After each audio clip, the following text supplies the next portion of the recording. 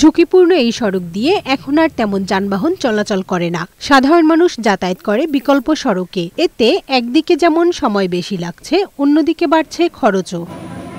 দুর্ভোগ কমাতে সড়ক সংস্কারের কাজ শুরু হওয়ার কথা ছিল 2024 সালের 6 নভেম্বর। সেই অনুযায়ী ইফতি ইটিসিএল নামের একটি ঠিকাদারি প্রতিষ্ঠানকে সড়কটি সংস্কারের দায়িত্ব দেওয়া হয়। 17 কোটি 26 লাখ টাকা ব্যয়ে সড়কের সংস্কার কাজ শেষ হওয়ার কথা 2025 সালের 5 নভেম্বর। স্থানীয়দের অভিযোগ, সড়কের কাজ না করে ঠিকাদার চুক্তিমূল্যের সব টাকা উঠিয়ে নিয়েছে। এতে সাধারণ মানুষের ভোগান্তি চরমে গিয়ে পৌঁছেছে। রাস্তায় এমন কোনো দিন নাই, মোটরের সমস্যা, পাওয়ারের সমস্যা, পিকআপের সমস্যা, সমস্যার কোনো শেষ নাই। সকালবেলা কাজবাজ করে আসতে যখন এখানে এত গাড়ি অসুবিধা, রাস্তা ভাঙার জন্য গাড়িও পাওয়া যায় না সময় মতো। বিগত দিনে এই রাস্তা বারংবার টেন্ডার হয়েছে, তো টেন্ডার হওয়ার পরেও এই রাস্তার বাজেট চলে গেছে, কিন্তু রাস্তার কাজ হয় নাই।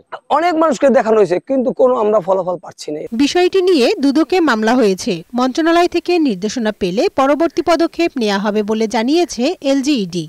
টেন্ডার হয়েছিল, কাজ হয় নাই, সম্ভবত এই প্রজেক্টের টাকাটা যে কোনোভাবে উত্তোলন হয়ে গেছে এবং এটা নিয়ে দুদকে আমাদের তদন্ত এবং মামলা চলছে। যেহেতু এটা সরকারি টাকা উঠে চলে গেছে, আমাদের মন্ত্রণালয় থেকে কোনো নির্দেশনা না পাওয়া পর্যন্ত আমরা এটা পরবর্তী পদক্ষেপ নিতে পারতেছি না। ভাঙাচোরা ঝুঁকিপূর্ণ সড়কটি দ্রুত সংস্কারের দাবি স্থানীয়দের। কানিজ নুসরাত, বৈশাখী সংবাদ।